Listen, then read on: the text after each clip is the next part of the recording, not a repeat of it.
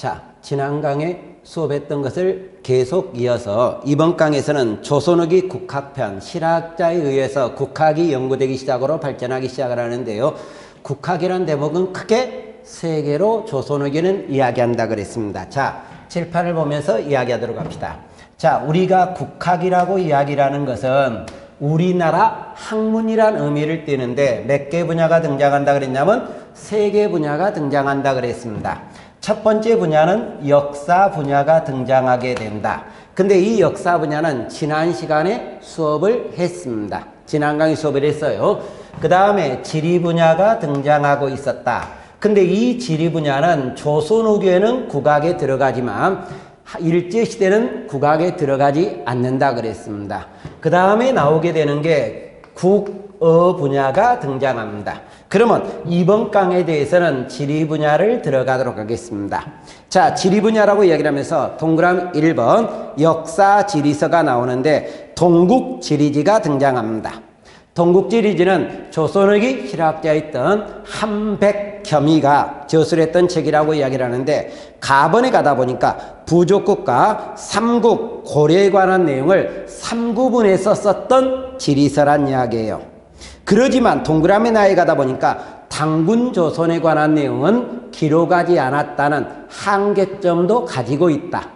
이렇게 나오겠고 동그라미 내내 가니까 아방강역고가 등장합니다. 다산정약용에 관한 책이에요. 근데 이 다산정약은 좀 고려하셔야 될 겁니다. 왜 그러냐면 다산정약용은 굉장히 여러 분야를 연구했던 사람입니다. 그러다 보니까 문제 박스는 예를 들어 정치편 박스 내놓고 나서 이 사람의 저술과 관계되는 거 기냐 아니냐 하면서 여러 분야를 한꺼번에 끌어가는 경우가 있어요. 그래서 다산정약은 한꺼번에 좀 묶어서 공부하시기 바라는데 동그라미 가에 가다 보니까 우리나라 강역 영토예요. 문헌으로 고증하면서 고증적 사적이었다. 동그라미 나에 가다 보니까 사료를 비판하면서 합리적 사고를 바탕으로 서술하고 있었다. 비판적 사고로 지리를 서술했다는 이야기입니다. 동그라미에 인문지리서가 나오네요. 자, 동국여지지 유영원이가 썼던 건데 우리나라 최초 사찬전국지리지란 특징을 가지고 있습니다. 이중환의 택리지라고 이야기를 하고 있네요. 자, 이중환의 택리지는 가끔씩 문제에서 언급이 됩니다. 가끔씩 문제에서 언급이 되는데 동그라미 가에 현지 답사를 기초로 하면서 저술했던 우리나라 지리서 답사지리서라는 특징을 가지고 있고 이 택리지는 분야가 크게 4개로 구성되어 있습니다. 첫 번째는 서문이라고 되어 있네요. 이 지리를 썼던 서를 이야기하는 서문이 나오겠고 사민총론이라고 이야기를 하고 있습니다. 이 사민총론에서는 사농공사, 우리나라 신분이네요. 이것의 유래와 함께 사대부 역할이라든가 사명을 기록하고 있다. 이렇게 나오겠고 뒤에 가다 보니까 팔도총론이라고 되어 있습니다. 이 팔도총론이라는 것은 팔도 위치와 역사적 배경을 간략하게 요약하고 있다. 마지막에 나오는 게 복거총론이라고 되어 있네요. 이래서 4개 분야로 구성되는데 복거총론은 주거지 선호의 기준에 관해서 상세히 기록합니다. 이때 주거지 선호 기준이 되는 게 지리, 생리, 인성, 산수 이러한 내용을 기록했던 게 이중환의 택리지라고 이야기를 하는데 조선 후기의 가장 대표적인 인문지리서입니다. 가장 대표 인문지리서다. 동그라미 3 지도가 나오기 시작을 합니다. 지리 안에 지리서와 지도로 나와 있게 되는데 지도, 자 정상기에 동국지도가 나오네요. 결론적으로요. 조선 초기에도 동국지도가 있습니다. 근데 이 조선 초기의 동국지도는 자 북방을 자세히 그렸기 때문에 북방에 대한 관심을 표현했다. 근데 조선 후기의 지도였던 동국지도가 등장한다고 이야기를 하는데 이 동국지도 정상기가 했던 동국지도입니다. 근데 이 동국지도는 백리척의 축척법을 사용하고 있다. 이 백리척의 축척법 축척법을 사용했던 게 정상계의 동국지도였다는 것 잊어먹지 말고요. 그러면 축척을 했기 때문에 실제 거리도 나름대로 알 수 있다는 긍정적인 면을 언급을 하게 될 겁니다. 밑에 나오는 게, 자, 청구도라고 이야기를 하고 있는데요. 김정호의 청구도입니다. 근데 이 청구도에는 최양기의 서문이 나와 있는데, 최양기와 김정호는 친구간 정도로 보고 있습니다. 그래서 최양기가 나름대로 서문을 쓰고 있었고, 이 지도는, 자, 동그라미 나이 가다 보니까 정조 때 만들어진 해동 여지도를 참고해서 만든 지도라고 이야기를 하고 있다. 그 밑에 또 하나 김정호가 지었던 지도로서 대동 여지도가 등장하게 됩니다. 이 대동 여지도라고 이야기를 하는 김정호 지도라고 이야기를 하는데요. 이 김정호 대동 여지도는 십리마다 눈금을 표기하고 있다. 십리마다 눈금을 표기하고 있다. 이렇게 나와 있습니다. 이 정상계의 동국지도와 김정호의 대동여지도는 나름대로 시험 문제에서 바꿔 쓰는 경우가 있기 때문에 구분을 좀 해두시기 바랍니다. 가로 3번에 언어가 나와 있습니다. 언어는 결론적으로 국어에 관한 내용이 될 겁니다. 그래서 국악의 마지막 파트였던 국어 파트로 넘어가는데, 자, 동그라미 1번 의문하게 신경준의 훈민정음 운해가 나온다든가 유의의 언문지가 나오고 있다.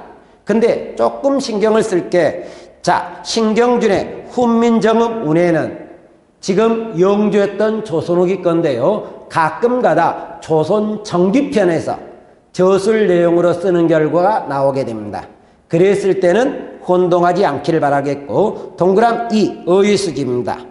채물보라든가 대동 음부군옥이라든가 정약용의 아언각비, 정약 아언각비는 소고를 연관책이라고 이야기를 하고, 이의봉의 고금 성님이 등장하고 있다. 근데 옆에 날개 김정호의 대동 여지도 사진이 나와 있습니다. 지도 사진. 근데 이 대동여지도의 지도 사진도 시험 문제에 가끔 쓰는 결과가 나오고 있다는 겁니다. 나름대로 대처는 해두시기 바랍니다.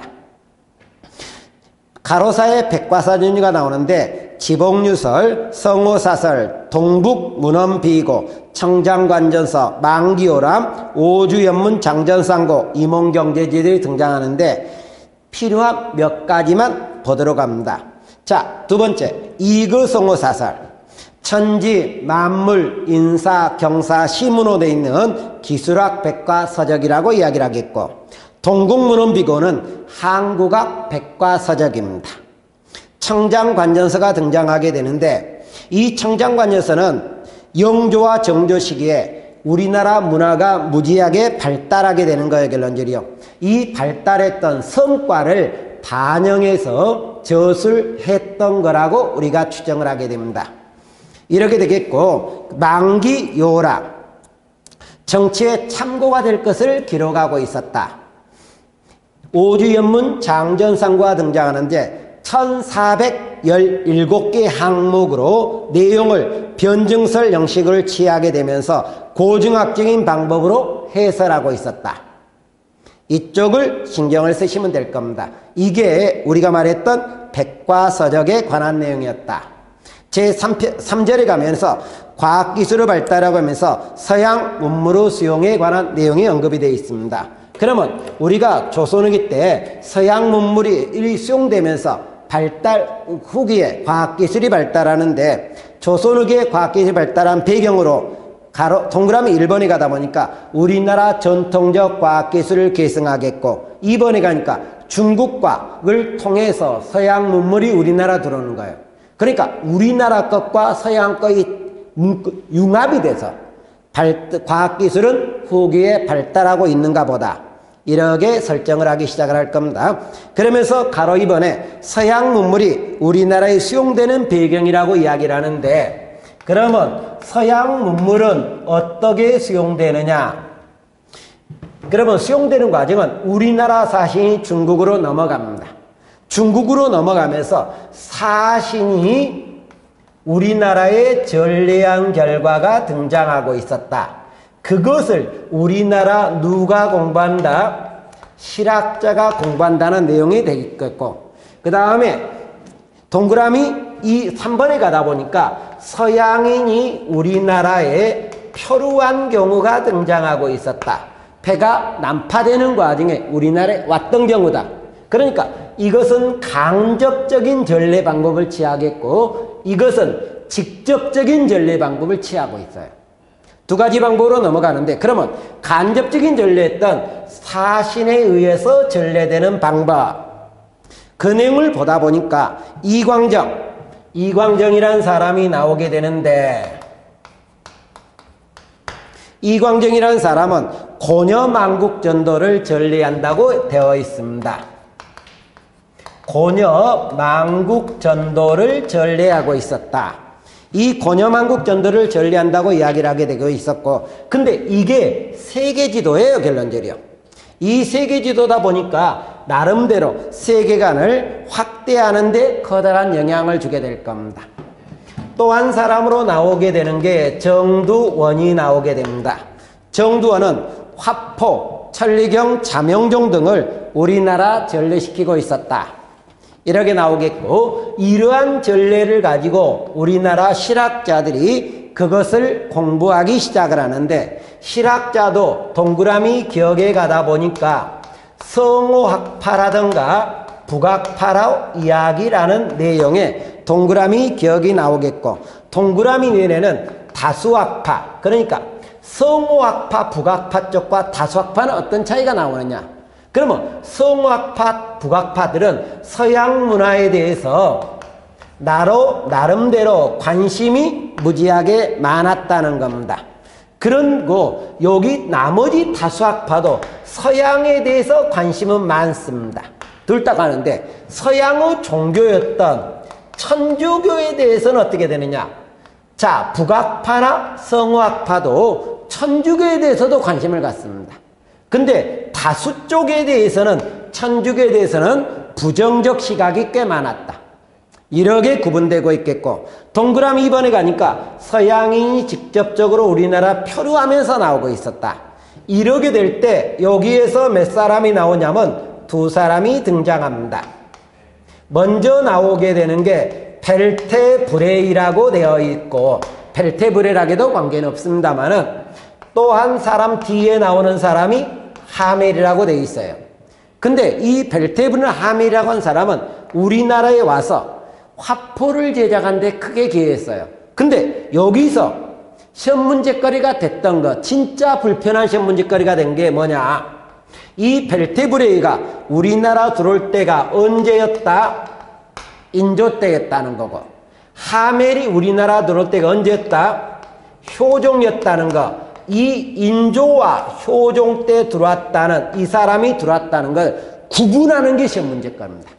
왕을 구분하는 거기 때문에 굉장히 불편한 문제였을 거다. 이 두 사람은 공통 우리나라 들어와서 훈련도감에 들어가서 홍익포, 서양화포를 기여했던 사람이고, 이 두 사람은 공통적으로 네덜란드 사람입니다. 히딩크 나라 사람의 결론적이요. 근데 벨테브레이는 우리나라에서 남았던 사람이고, 하멜은 우리나라에 있다가 도망을 갔죠. 그러면서 하멜 표류기를 썼던 사람이기도 하다. 이러면서 조금 차이점이 등장하고 있다. 2번에 가니까 천문학 지도가 나오기 시작을 합니다. 자, 우리가 천문학이라든가 지도가 나오기 시작을 하고 있는데, 먼저 나오는 게 천문학에 관한 내용이 먼저 나오게 됩니다. 이 천문학에서 이야기를 하는 게, 여러분이 공부할 때 무엇을 공부하게 되느냐? 지전설을 공부하셔야 됩니다. 지전설이라는 것은 지구가 돈다는 것을 이야기하게 됩니다. 원래 동양이나 서양은 옛날에는 천동설, 지구는 가만히 있고 태양이 돈다는 거였는데, 과학이 발달하면서 지구가 돈다는 거로 넘어가게 됩니다. 이 지전설을 주장했던 사람이 여러분 교재에 가다 보니까 최초로 주장했던 사람은 김성문이에요. 역학도에서 최초로 주장하고 있다. 김성문. 두 번째, 그 뒤로 주장했던 사람이 홍대용입니다. 그러나 우리는 홍대용의 지전설을 더 중요시하지만 최초 주장은 아니었다는 겁니다. 홍대영의 주장을 더 중시한다. 이렇게 나오겠고, 그 다음에 나왔던 사람이 최양기가 등장하기 시작을 합니다.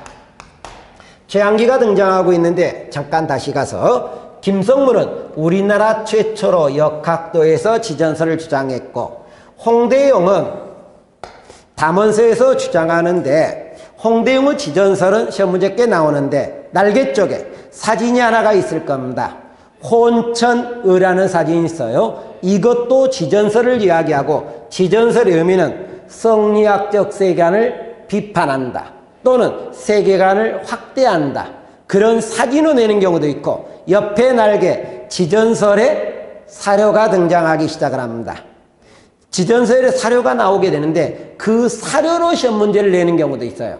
근데 이 지전설을 주장할 때 내용에서, 교재 내용에서 보다 보니까 누구와 누구와의 대화에서 나오느냐, 실온과 허자의 대화라는 내용이 있을 겁니다. 교재 내용에서, 본교재 내용에서. 그러면 실온과 허자가 대화를 하고 있다. 이래도 무조건 뭐로 본다? 지전설로 본다. 성리학적 세계관을 비판한다든가 세계관을 확대하고 있었다. 그리고 최양기는 지구전요에서 지전설을 주장하고 있다. 근데 밑에 도움글에서 1번에 가니까 이익이 나와 있습니다. 이익의 글을 보다 보니까 어떤 내용이 언급있느냐, 이익은 지전설은 어느 정도 맞는 것 같이 생각하지만 실질적으로 중용에서 내용이 지전설이 아니기 때문에 나는 지전설을 인정하지 않겠다, 이런 내용이 언급이 되어 있어요. 그러면 이것이 경강부 시험에서는 어떻게 나왔느냐, 경강부 시험에서 다음 중 지전설을 주장한 사람이 아닌 거, 이런 식이었습니다. 그러면서 김성문, 홍대영, 최양기 그래놓고 그 다음 주에 정답이 됐던 사람이 누구였느냐, 이익이 정답이 됐다는 이야기예요. 그래서 혼동하지 좀 않기를 바란다는 이야기입니다. 이렇게 나오겠고, 그 천문학과 관계되는 내용을 이야기했고, 그러면서 역법에 관한 내용이 등장합니다. 역법, 가로 2번에 역법이 나오는데 시연력이 등장했어요. 시연력이라고 이야기를 하는데, 시연력은 아담 샬이라는 사람이 만들었는데 태음력에다가 누구 원리를 가했다? 태양력의 원리를 첨가시킨 거죠. 근데 이 문제를 어렵게 냈던 게 어떻게 냈느냐, 태양력에다가 태음력을 넣었다. 이렇게 갖고 앞뒤를 바꾸고 시험 문제에 나왔다. 근데 이것을 혼동하지 않는 방법, 이게 결론은 김유계 60년 노력에서 효종 때 채택이, 우리나라 채택이 된 겁니다. 근데 우리나라에서 조선에게 사용됐다고 이야기를 하겠고, 을미개혁에서 태양력이 나오기 전까지 사용됐다고 하는데, 우리나라 조선후기에 사용됐던 일반적인 과정이 뭐냐면 음력입니다. 그러다 보니까 태음력을 기본하면서 태양이 가미된 거다, 이렇게 이해하는 게 좀 더 편할 거란 이야기의 결론적이요. 이렇게 고려하시면 되겠고, 그 다음 가로 3번에 수학이 나오게 되는데, 마테오리치라든가 서광계가 만들었던 기하원본이 우리나라의 도입이 되겠고, 동그라미에 최석정이나 황윤석이 나오게 되는데 우리나라 전통수학을 집대성한다고 이야기를 하겠고, 홍대영은 주해수용을 저술했다. 잠깐 문제로, 잠깐 기출문제로 돌아가겠습니다. 우리가 지전설을 주장했던 가장 대표인 사람을 어떤 사람으로 이야기한다 그랬냐면 홍대영으로 이야기한다 그랬습니다. 그래서 기출문제, 홍대영의 지전설 사료에 나온 것을 박스로 내놓은 겁니다. 박스 처리하고 나서 이 글을 주장한 사람과 관련된 것 그래 놓고 나서 주해수용을 저술했다. 둘 다 홍대영이죠, 결론적으로. 그런 시험 문제도 등장하고 있었다. 가로 4번 세계지도가 등장합니다. 마테오리치가 지었던 고려 만국 전도가 언급이 되는데 날개 쪽에 사진이 나와 있습니다. 사진도 시험 문제가 됐던 겁니다.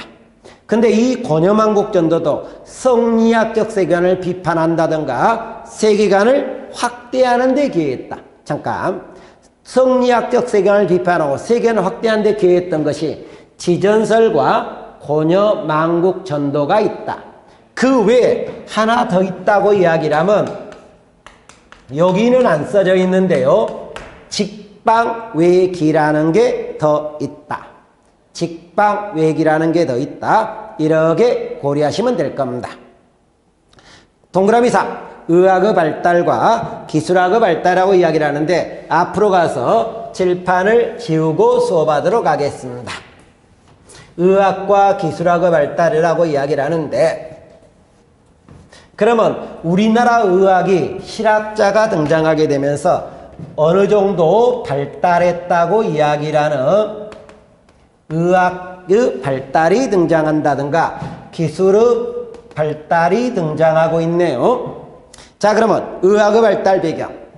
자, 우리나라 종래 한의학 관점에서 단점을 극복하게 됩니다. 우리나라 기본 단점을 극복하면서 실증적 태도에서 의학 이론과 임상의 일치, 임상 실험을 한 거예요. 이론과 임상 실험을 통한 일치가 등장하고 있었다. 그러면서 의학과 관계되면서 자, 허준이가 썼던 동의보감이 등장하게 됩니다. 허준의 동의보감이라는데 우리나라 의학을 어느 정도 체계화했고 집대성했던 내용이기도 합니다. 그러면서 이 허준의 동의보감은 동그라미 다해 가다 보니까 병이 생기기 전에 치료한다는 상생의학서적이었다. 나온 것이 아니라 나오기 전부터 하자는 이야기의 결론절이요. 이렇게 나오겠고 동그라미 나발이 가다 보니까 세계 최초 공중보건 안내서라는 의의도 가지기 시작을 합니다. 허준의 동의보감. 그리고 또 하나 이 허준의 동의보감은 우리나라 의서 중에서 유네스코 문화유산으로 지정되기도 합니다. 우리가 전에 수업했던 대목이 있습니다. 광해군 때는 이 이전 선조 때 임진왜란이 등장하게 되면서 많은 사람이 부상을 당하기도 하겠고 먹을 게 없으니까 질병이 들기도 한다 그랬습니다. 그 부상과 질병을 통해서 이 사람을 치료할 목적도 있었지만 이 병이 들기 전의 목적을 또 가지고 있었다는 거예요. 결론적으로 이렇게 우리가 등장하겠고 침구 경험방 허이민가 썼던 건데 침술에 관한 내용입니다. 이러한 17세기를 더불어서 18세기 서양의학이 전래되면서 해부학적 구조와 생리적 기능에 대해 정확한 지식을 얻게 됩니다. 서양의 실험술이 우리나라 들어오면서 의학이 좀 더 정교하게 되는데 마가회통, 정약용이가 마진을 연구했다. 마가회통은 약용이 거다. 정약용 거다. 이러면 될 게고 종두법을 연구했던 사람은 약용이와 박재감입니다. 19세기 방야가편 황필수가 나오지만 신경을 안 써도 되겠고 이재마의 동의수세보원은 있습니다. 이재마의 동의수세보원은 인간의 체질을 몇 개로 나눈다? 4개로 나누기 시작을 합니다. 인간의 체질을 4개로 나누어서 체질에 맞는 치료법이에요. 우리가 한약방에 가면 양의 체질이다, 음의 체질이다 이야기를 합니다. 근데 양과 음 앞에 태와 소를 씁니다. 태양, 소양, 태음, 소음 이래서 인간 체질을 4개로 나누고 그 체질에 맞게끔 치료한다. 이렇게 우리가 등장하는 게 이재마의 동의수세보원이라고 이야기를 합니다. 그 다음에 가로 2번 정약용의 기술에 관한 내용이 등장하네요. 자, 우리 다산정약용 굉장히 여러 분야라 그랬습니다. 기술에도 또 나오네요. 정약용은 과학기술에 무지하게 관심을 갖고 있었고 이 기술을 인간과 동물의 차이점을 이야기하면서 인간이 동물보다 좀 더 낫다. 좀 더 낫다가 한참 낫다. 이런 이야기를 했던 것이 기예론, 기술 때문에 좀 더 낫다. 이렇게 나오겠고 정약용은 기계를 제작하는 과정에 화성을 축조할 때 무엇을 이용했다? 거중기를 이용했다고 이야기를 합니다.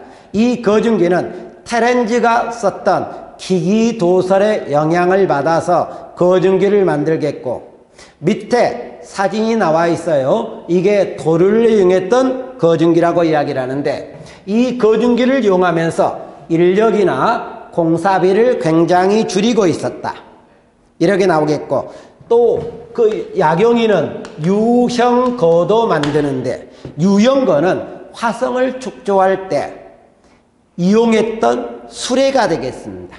또 하나, 여기는 안 써놨지만 화성을 축조할 때 비용이 들어가는 것을 충당하기 위해서 토지도 있어요.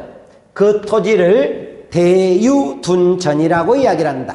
그래서 요 세 개는 전부 다 야경이가 화성을 축조하는 과정에, 거중기는 기계고요, 유형거는 수레고요, 비용을 충당하는 토지로 나왔던 게 대유둔전이 등장하고 있고, 정조가 화성으로 갈 때 한강을 건너는 과정에 한강에 무슨 다리를 만들기도 했다? 배다리를 만들기도 했다고 하는데, 이 한강의 배다리는 경강상인의 선박을 이용하고 있었다, 이렇게도 우리가 끌어갔을 겁니다. 경강상인의 선박을 이용하기도 했었다. 기타 선박의 건조라든가 총포, 병차의 제조 등에도 어느 정도 보급하고 기여하는 데 의의를 띄었다, 이렇게 나오겠고, 공사, 농서 편찬과 업기술의 발달이라고 이야기를 합니다. 공사에 가다 보니까 농서라든가 업이 등장하네요. 농사나 공사나 농서나 업. 자, 그러면 우리가 농서라고 이야기를 하는데, 제일 처음에 나왔던 책이 농가집성이라고 했네요. 그러면 이 농가집성은 전에 이야기했던 것과 좀 구분하실 필요가 있네요. 자, 우리가 이야기했던 게 고려 말에 나와 이야기했던 농상집요, 이것은 저술한 게 아니라 어떤다 그랬습니까? 원에서 들어온 거기 때문에 소개한다 그랬어요. 시대 잘 보시고 소개란 말 잊어먹지 말고, 조선 초기에 우리나라 최초 농사직설이 있다 그랬습니다. 이것은 정확히 말하면 세종 때가 되겠습니다만은, 그리고 조선 정기의 농서를 집대성하면서 내용상으로는 농사직설과 큰 차이가 없는 농가집성, 이것은 조선 후기 거라 그랬습니다. 그런데 이 농가집성은 이양법 또는 모내기법이 전국적으로 보급하는데 큰 기여가 되고 있었다. 그러면 벼농사는 물을 필요하기 때문에 수전농법 벼농사 중심, 이런 말도 추정할 수 있을 거예요.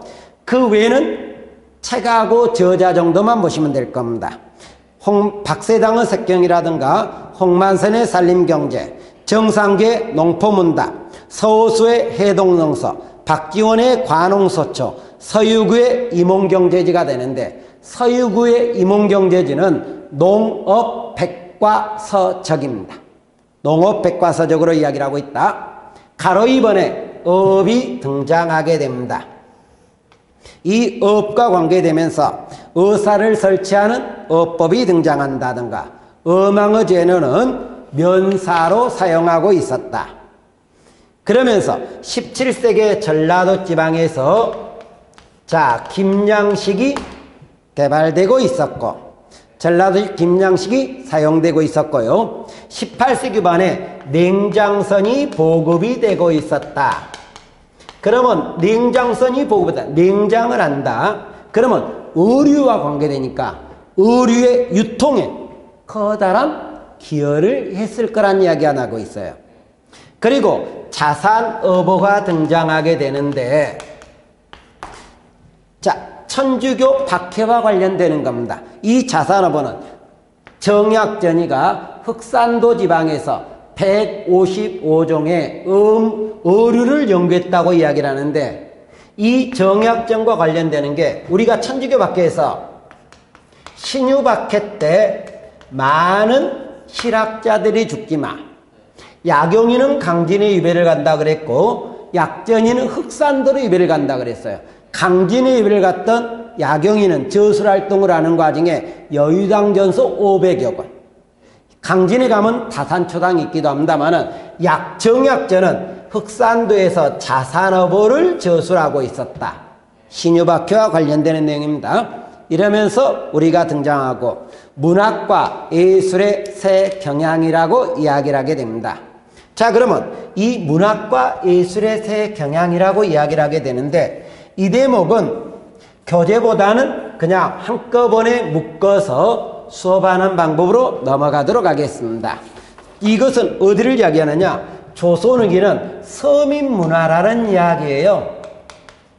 그래서 서민문화가 발달한 게 조선후기였다. 잠깐, 우리나라 한국사에서 이야기할 때 문화는 무조건 귀족문화입니다.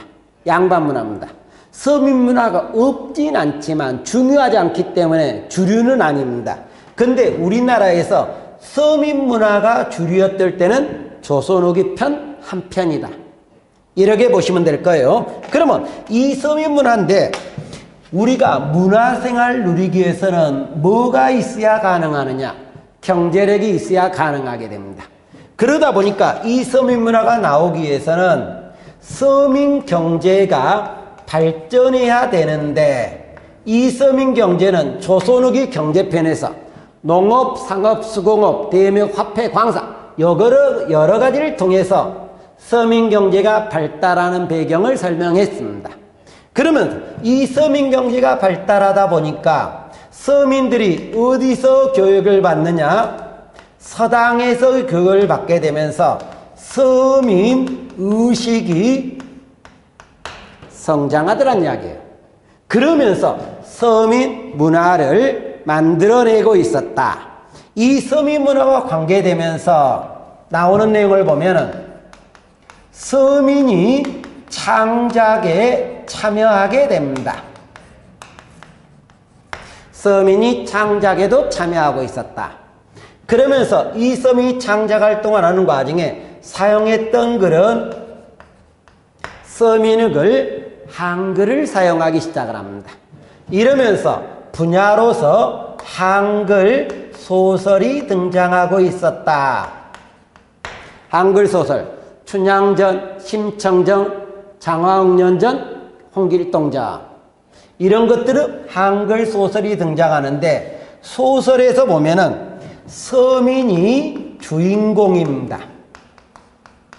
양반이 주인공이었던 게 아니라 인자 서민이 주인공이로 현실 세계를 이 작품에서도 현실 세계를 작품의 배경으로 하게 됩니다. 그러면서 당시 양반이라든가 승려의 당시 사회를 비판하고 있었다. 당시 사회를 비판하면서 이 사람들은 이상사회를 추구하고 있었고 남녀 간의 애정도 어느 정도 표현하고 있겠고 당연히 신분제도는 어떻게 한다? 부정할 거란 이야기예요. 우리가 하나 예를 들어서 이야기를 하면 자, 춘향전입니다. 춘향전 서민이 주인공 맞아요. 춘향이니까 양반은 아니니까. 자, 그 다음에 뭐라고 이야기를 하느냐? 이상세계를 추구한다. 춘향이와 이몽룡이가 결론은 잘 먹고 잘 살았다. 그러면 이상세를 추구해요. 그러면서 춘향이가 굉장히 어려움을 겪게 되니는 신분제도 때문에 이야기했고 이것은 애정행각이다. 이렇게 나오겠고 당시 사회가 그런 사회였다. 이렇게 나옵니다. 그 다음에 심청이 같은 경우를 보도록 합시다. 심청이도 서민이 주인공이라는 것은 두말할 여지가 없네요. 당시 현실, 서민들이 먹고 살 게 없다는 현실 사회입니다. 그러면서 이상사회, 심청이가 나중에 왕비가 돼서 잘 먹고 잘 살고 신봉사는 눈을 떠서 딸을 볼 수 있었고 자, 그러면 왕비가 됐다는 이야기는 또 신분제도 부정하는 거예요. 결론적으로. 이런 여러 가지 면에서 이야기하는 소설이었다. 이 한글 소설을 노래로 부르면은 우리가 뭐라고 이야기를 하게 되냐면 판소리라고 이야기해요. 판소리는 이야기를 창과 안일이 발림으로 이야기를 하면서 일반 민중들과 같이 앞에 서다 보니까 동화도 되고 민중들이 취임새도 내고 이러면서 판소리. 이 판소리를 정리했던 사람은 신재효라고 이야기를 합니다. 판소리도 나오고 산대극, 가명극이라고도 이야기를 하는데 산대놀이 가명극. 자, 우리가 이거를 뭐로 보냐? 탈춤으로 봐도 관계는 없다는 거예요, 결론적으로.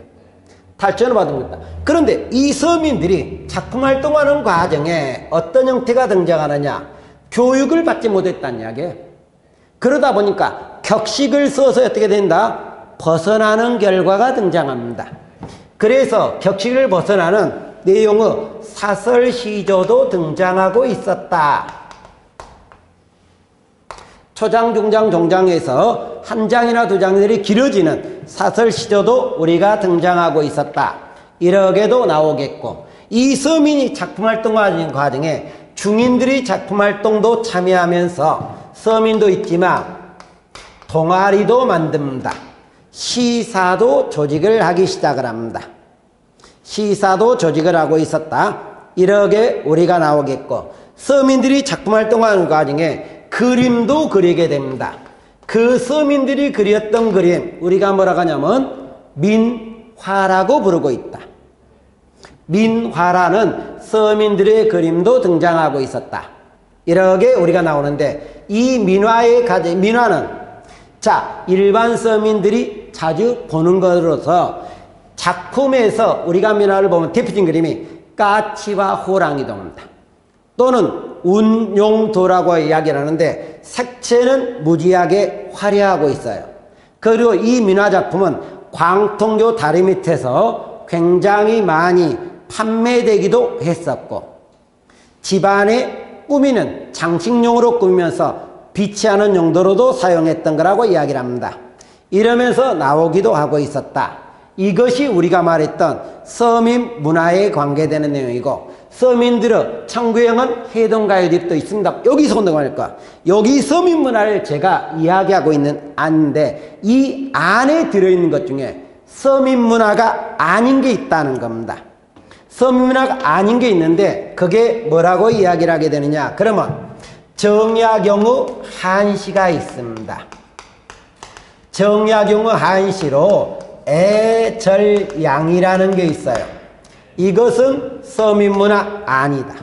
그 다음에 박지원의 한문소설이 있어요.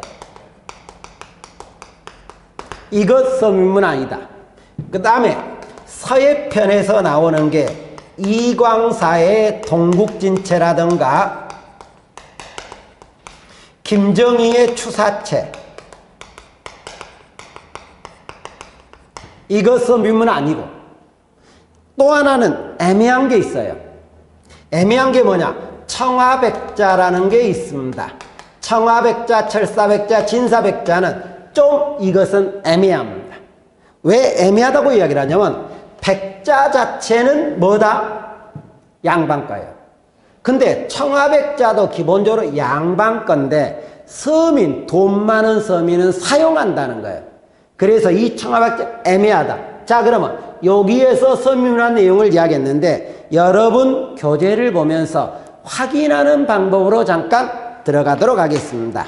교재로 다시 한번 확인합니다. 자, 교재 01번 서민문화 발달에서 등장 배경. 자, 경제가 성장을 하고 있었다. 그러면서 교육을 받으면서 서민의식이 커져가고 있었다. 그러면서 가로 2번 문학인데 후기 문학, 서민층이 주도한다 그랬고, 인간의 감정을 묘사한다. 사회의 부정과 비리를 고발한다. 그러면서 현실적인 인간 관계에 서민 작품이 주인공이었다. 서민이 주인공이란 말이 나오겠고, 서민 문학의 특징이라고 하면서 서민의 감정을 표현한다. 양반 위선적 모습이라든가 사회의 부정과 비리를 고발한다. 가로 4번 서민 문화 발달을 이야기하면서 한글 소설이라고 이야기를 하는데 서민이 주인공이라 그랬습니다. 현실 세계를 배경으로 한다. 판소리, 탈춤, 풍소가는 안 들어왔는데 풍소가 서민화는 맞습니다. 자, 민화도 등장하고 있었다. 타력이나 잡가도 등장하겠고, 여기서 풍속하는 뒤에 가서 많은 우리 김종호 그림, 누구 그림입니까?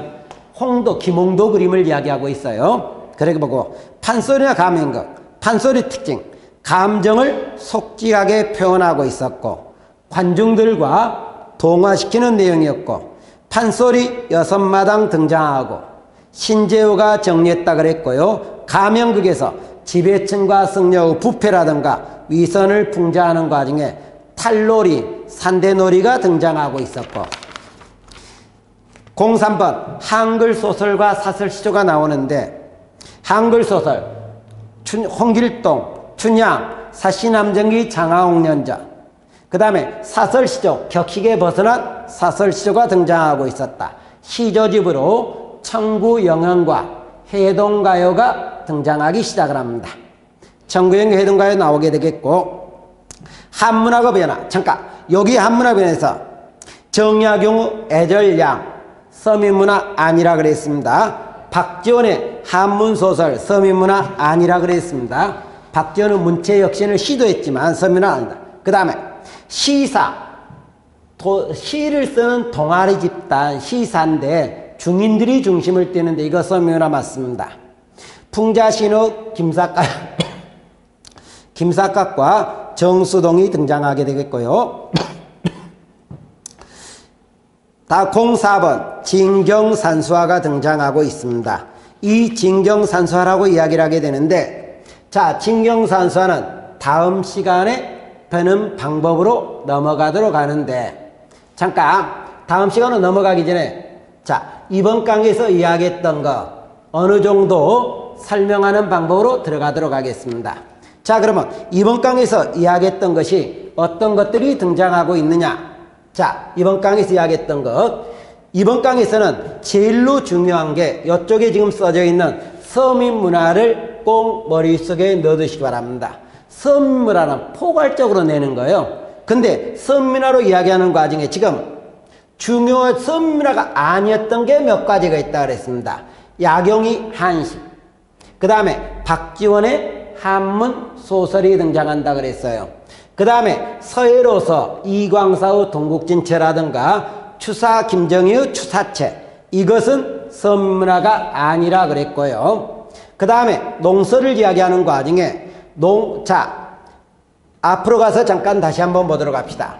우리가 농상집요는 고려 후기 때 원에서 소개된 거라 그랬지 우리나라의 저술한 거 아니라 그랬어요. 그 다음에 농사직설은 조선 초기에 세종 때 농서인데 우리나라 최초로 만들어진 농업서적이라 그랬어요.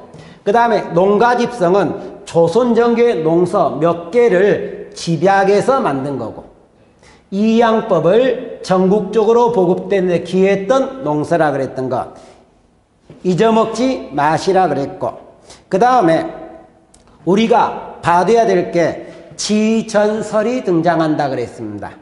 이 지전설은, 자, 최초로 주장한 것은 김성문이라 그랬지만 실질적으로 누구를 더 위주로 한다?